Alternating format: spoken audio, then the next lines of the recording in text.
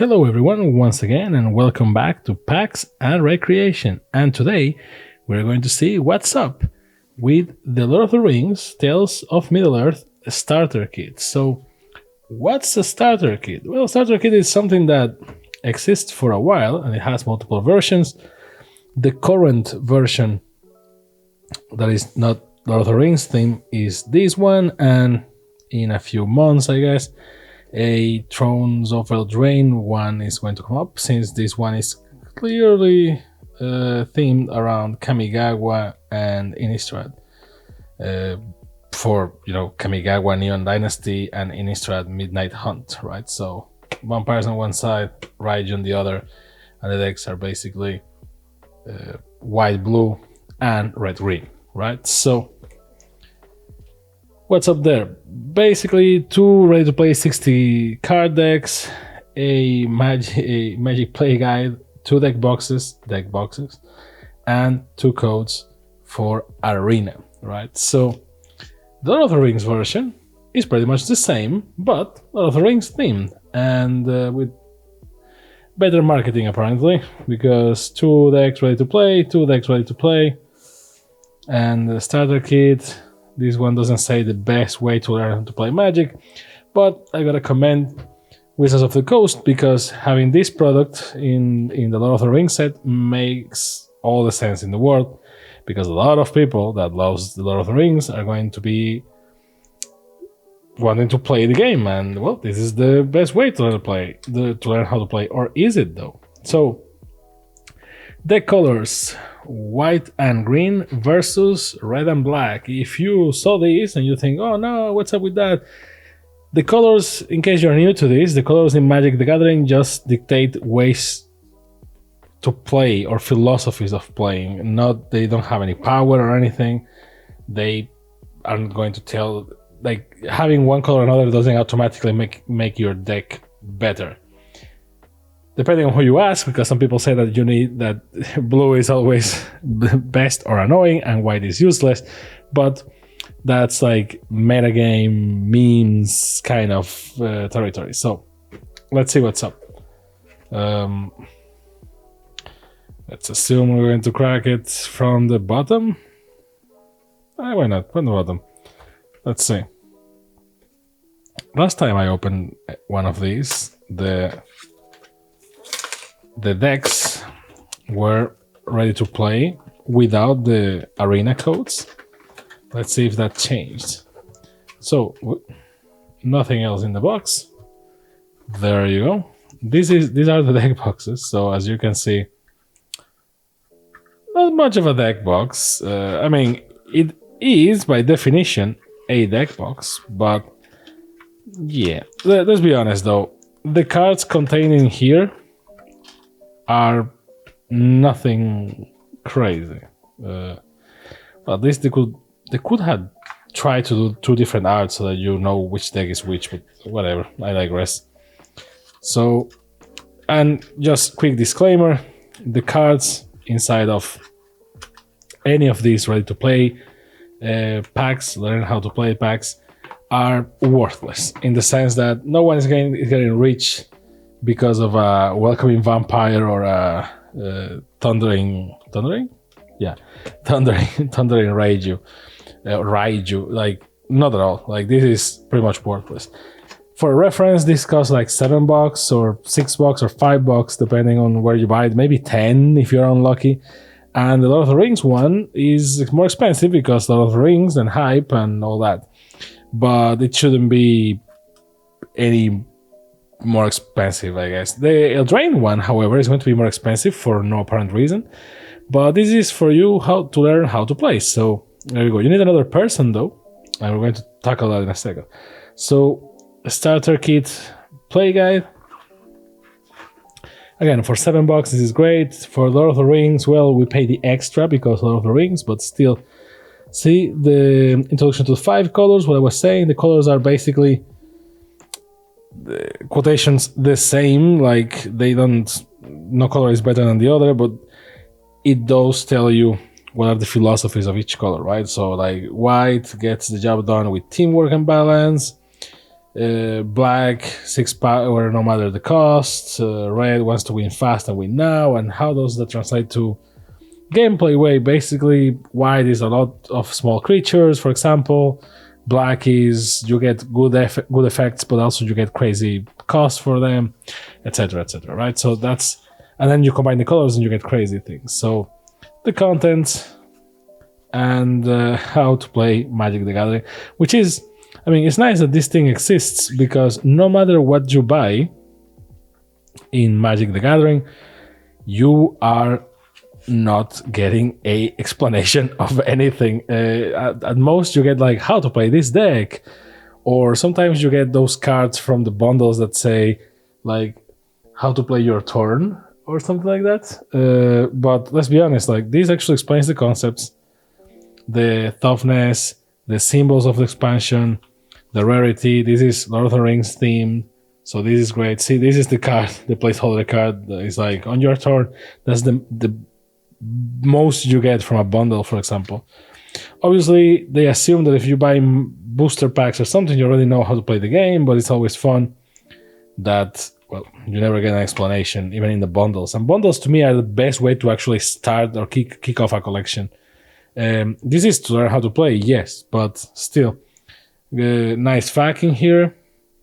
Can my creatures attack my opponent's creature during combat? This is one of the most important doubts, because if you are a Pokemon or Yu-Gi-Oh player, you're like, oh, I just attack the creature. It's like, nope, you attack the player. And then the player chooses how to defend. That's a big difference. Do I have to pay creatures mana cost every turn? Nope, only to summon them. Should my library or my hand be visible during the game? Nope. And what happens to instant or hosted spells after I cast them? And do I have to tap my creatures to block? No, and that's also interesting because some people assume like, defense mode or something. Interesting set of 5 questions to put in the back, but, not bad. I mean, it's not the most comprehensive manual. Obviously, you're going to mtgassist.com a lot or, something along those lines. So, yeah, that's just like a nice to have. And here are the decks. One for Aragorn and Arwen, Wed, and the other for Sauron, the Lidless Eye. So you can get these in boosters and such. There is no value here. Just want to stress that out. I mean, there may be some value, but still. And these cards are going to bend like crazy. So nothing else here. Can remove it. Why I say they're going to bend like crazy? Because everything is packed except for the foils, which you already can see they are pringling. So let's go deck by deck and see what's the strategy, right? So let's start with the bad guys, because the movie ends with Aragorn and the movie, sorry, the books end with Aragorn and Arwen wet. So let's go with Sauron. So Sauron, the Lidless Eye. This is like the commander. By the way, this is not to play commander. This is like normal Magic, the thing that no one else plays anymore. So 3, 1 black, 1 red. Yeesh. When Sauron, the Lidless Eye, enters the battlefield, gain control of target creature and opponent controls until the end of turn. Untap it, it gains haste until the end of turn. And if you pay 1, 1 black, and 1 red, by the way, 1 means any color of mana. I don't know if it is the first time you see a Magic the Gathering card or something. Creatures you control get +2/+0 until the end of turn. Each opponent loses 2 life. Well, not the best of cards. I mean, it's okay, but you're not going to win every tournament with this. Plus, you only get a copy of it. Disclaimer, in case you're new to this, I guess. In Commander, yes, you only have a... Commander is a way of playing Magic. The most popular one is a casual format. And you only get 1 copy of each card in your deck, and it's 100 cards in your deck. Why is that? Because Commander was made as it was called Elder Dragon Highlander, and the logic behind it was that you get to use the cards that you have laying around your house, and normally you only have 1 copy of them, etc., which is a polar opposite to a quote-unquote actual Magic deck, because an actual Magic deck is 60 cards at minimum, and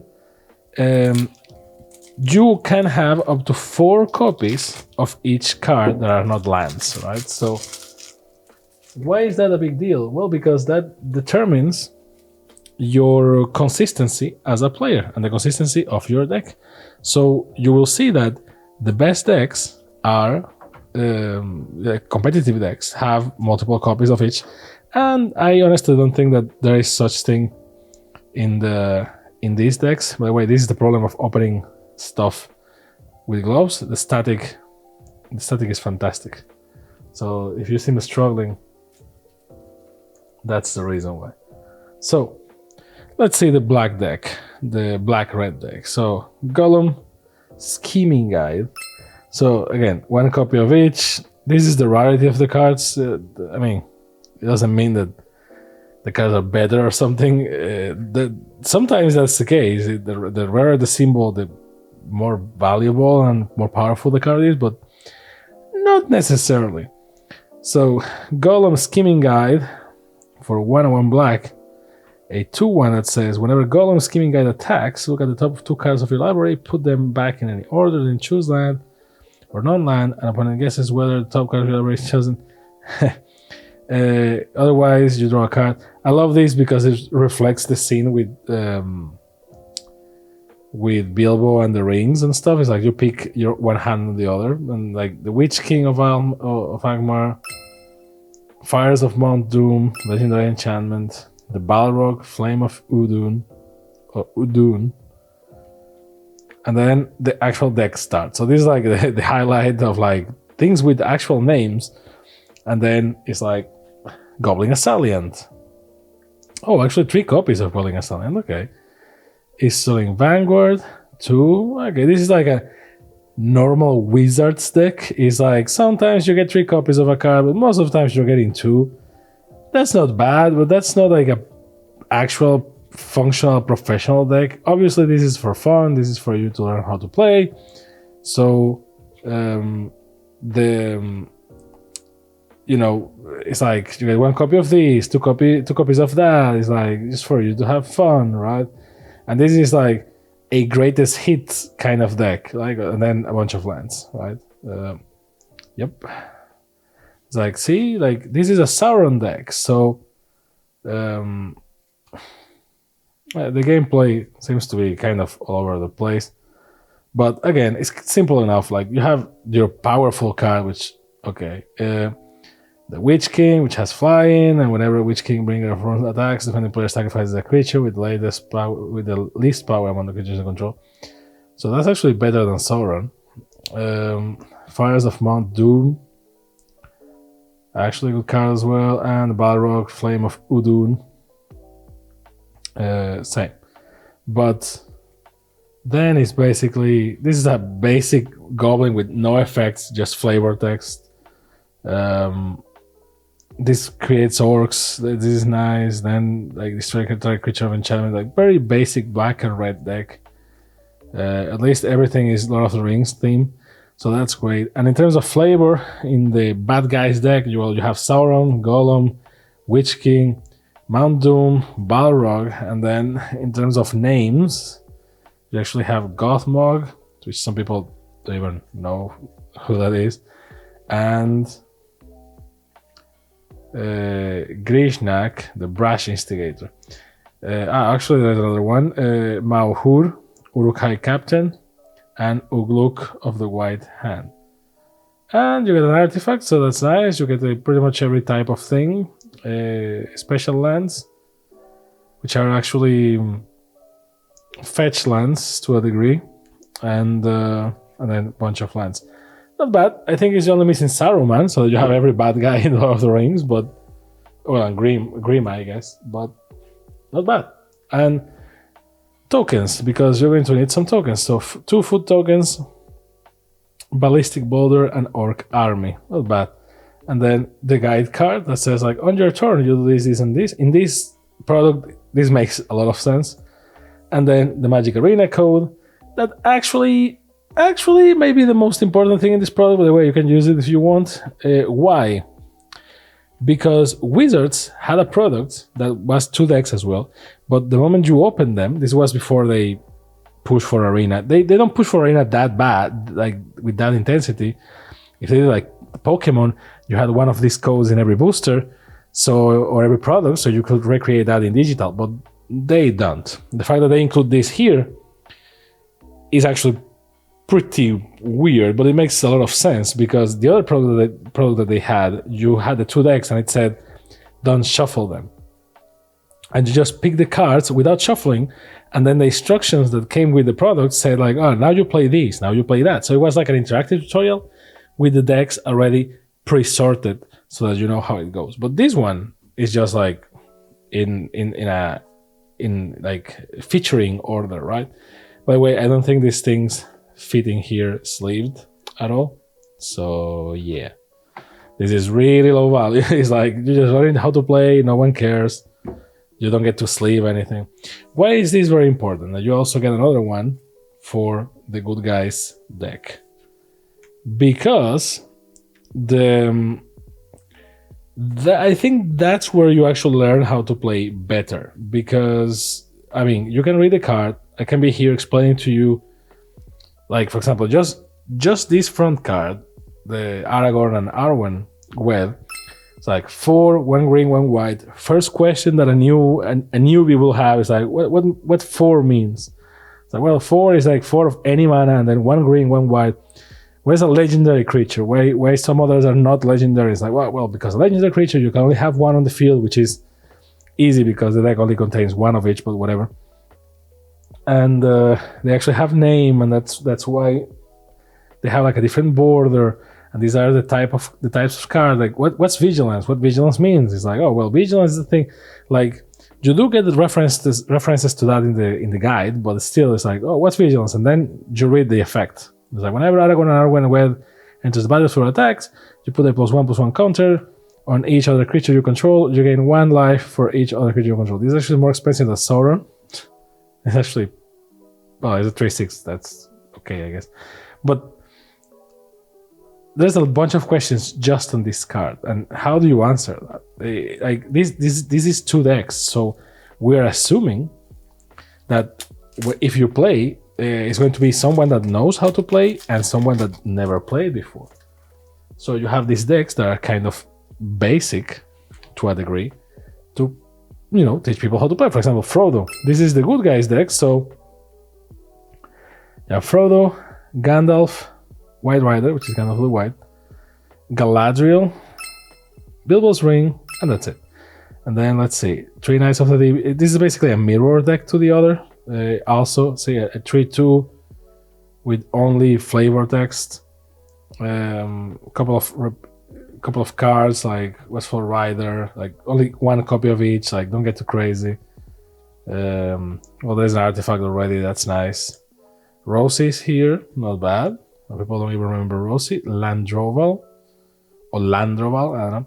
Horizon Witness, nice. The decks are super balanced, so the amount of legendaries is going to be the same, right? So legendaries or like things with names, they are not the same deck. It's not like a mirror match, but in terms of power, they are balanced in the sense that the power is very bad. Meriadoc and Merry and Pippin, basically, Meriadoc and Peregrine, and then Butterbor, Bree, Innkeeper. So the same way that Saruman, the right hand of Sauron, was missing, Sam, the right hand of Frodo, is missing. So no one is happy. Actually, you can make the point that there is a lot of good guys missing here, like Legolas, Gimli, etc., etc. But hey, it's white green, right? So you get Galadriel for the elves, and then Gandalf, Frodo, etc. So same logic here. Like you get the code, you get to play with it. It's a very basic deck. You're not going to like, cards are okay, values okay. You're not going to be crazy over it. And since it's white green, it means that you create a bunch of tokens, and then you get some ramp and some big things. But overall, it's a good product, but not for obviously not for established Magic players. Human Soldier and Treasure. Not for established Magic players because you already know how to play, right? So what's the point on you buying any of this?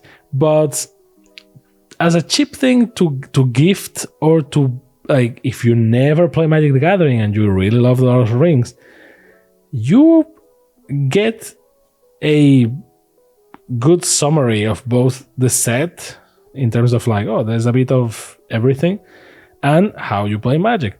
But the most important thing are these codes. Even though I don't like Arena that much, because I like Arena in the sense that you get to play Magic for, free technically, and you get to play with a lot of people online and all that. Technically, Arena is very, it wants to suck your blood. That's a way of putting it. So it's not that friendly. But the fact that you can buy these 2 decks for, I don't know, $15, I think is where this thing can be maybe going for. I wouldn't pay more than $12-13 for these. Maybe it's because it's Lord of the Rings and you really want it, let's go $17 at most, maybe 20 if you're crazy with it. But like, again, this is something that you give to your friend or to your sibling or something, so that they learn how to play Magic, or you really have a curiosity of how does this thing play because you love the Lord of the Rings, but you never seen Magic the Gathering on your life. That being said, this is the most important thing, as I was saying, because you just download Arena, which you can download on your tablet or PC or whatever, and you just play with these decks online versus people, and you get tutorials on Magic. And why is that important? Because Magic is easy to understand, but every card, as the professor says, reading the card explains the card, and technically sometimes the card explains itself. For example, amass is a mechanic that is important here, so it says what amass is, right? Put a +1/+1 counter on an army you control. It is also an orc. If you don't control an army, create a 0/0 black orc army creature token first. But some others assume that you just know how to play Magic the Gathering, because they are like keywords that we have, like flying, or vigilance, or trample, right? So you need to know what's that, and then a lot of mini doubts will start appearing as you play the game, like, oh, what does defender mean? If I attack with 2 creatures and I block with the same, or if 1 big creature is attacking and I block with 2, how does that resolve, etc., right?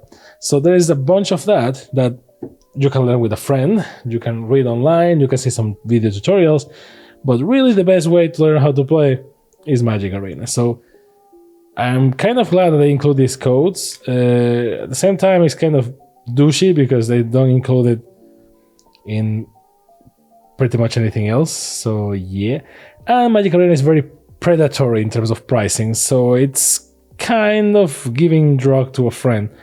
Even though, well, buying Magic the Gathering is kind of the beginning of getting into drugs, but I digress. So overall verdict: you're ready to play Magic the Gathering. Do you need this in your life? Not at all, my friend. This is worthless, 300%. Unless you find it for like $5 and you're really bored. But you have a friend that you want to introduce to Magic. Is this good? Well, this is a for you and me kind of present. Like, like when you invite a friend for dinner, like you're also eating yourself, right? So here's the same. Like you need to play with that person, so both of you can have fun. And they are balanced. They're like super balanced, like the dual decks were, but they are decent decks to play against each other. If you are new to Magic the Gathering and you just love the Lord of the Rings, should you buy this? Well, if you want to learn how to play, then yes, it's the best thing that you can do if you don't already have a friend that plays Magic the Gathering. If, however, you are not sure, or you just want the cards because of the art, you want to treat them like baseball cards or something, just maybe buy a bundle, a normal bundle, and for no more than $40 maybe, because that's like you get experience of cracking boosters and some cards and etc. So it seems like a more balanced thing. But yeah, overall, not bad. You get also deck boxes, quotation marks, and you get the guide. So not bad, not great. There you go. Thank you very much for your time. I hope you had a great time. remember to crack open that subscribe button or something. And see you next time on PAX and Recreation. Have a nice day, night, or evening. Bye.